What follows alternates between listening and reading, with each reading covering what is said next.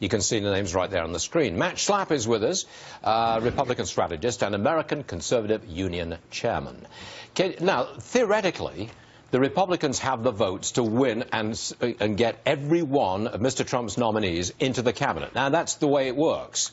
But if a couple of Republicans say no to this guy or no to that person, some of these cabinet nominees don't make it. Can you see that happening? Yeah, that's exactly right, Stuart. You can see it happening. It doesn't happen very often, but if they can open up a couple of fronts against a particular nominee on a couple different issue points, you could have a problem. Obviously, General Mattis has to survive a 60-vote threshold. He's the only one who has to survive that because he has to get this waiver since he hasn't been out of uniform the requisite number of years. But the others, look for the Democrats to try to attack every single possible Senate confirmed post, both at the secretary level and as we go down through the subcabinet. But, Matt, if they were to oppose the Treasury Secretary nominee, Mr. Mnuchin, or the Secretary of State nominee, Mr. Tillerson, then that would be unheard of, wouldn't it, to reject those people for those principal positions? That would be an extraordinary event.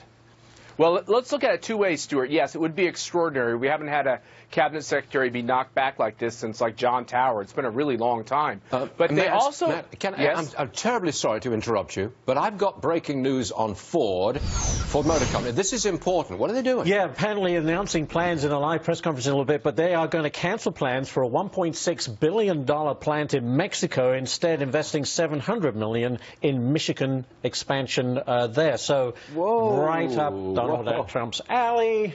Another indication. Matt Schlapp, Matt, I know you just heard that. Ford Motor Company cancelling a planned expansion of a plant in Mexico, going to do it here in America instead. That looks to me, is just happening, that looks to me like a Trump win.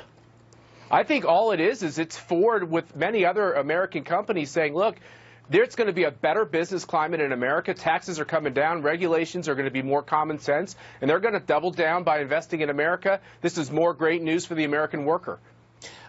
Peter Kernan is with me. I'm reading this as a Trump win. He's strong-arming Ford, and he's got him to get that plant back to America. Look, he's doing a very effective job. Virtually all of the major car manufacturers, U.S. and European, have facilities in Mexico. They use it for a lot of the world, and that's fine.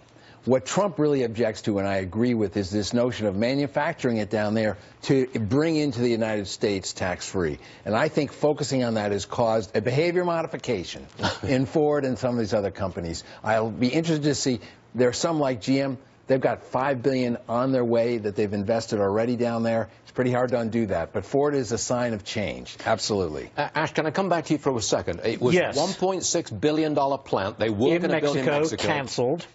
A $700 million expansion of their facility. I was just reading this in Flat Rock, Michigan. That's a place where they make the Ford Mustang, the Lincoln Continentals, and some electric cars. But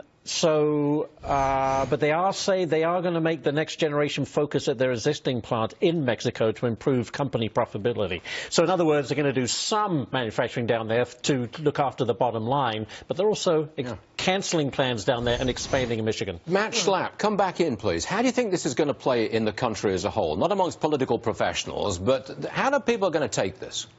Look, I think there is just a rejuvenation out there. You know, when Reagan was elected to the presidency, there was a feeling again that America was going to be back on top, and that made a big impact in the markets as companies started to invest. And I think there's a lot of cash on the sidelines. And when people see this, even little investors, little guys like myself, they say, look, I want in on this. America's back.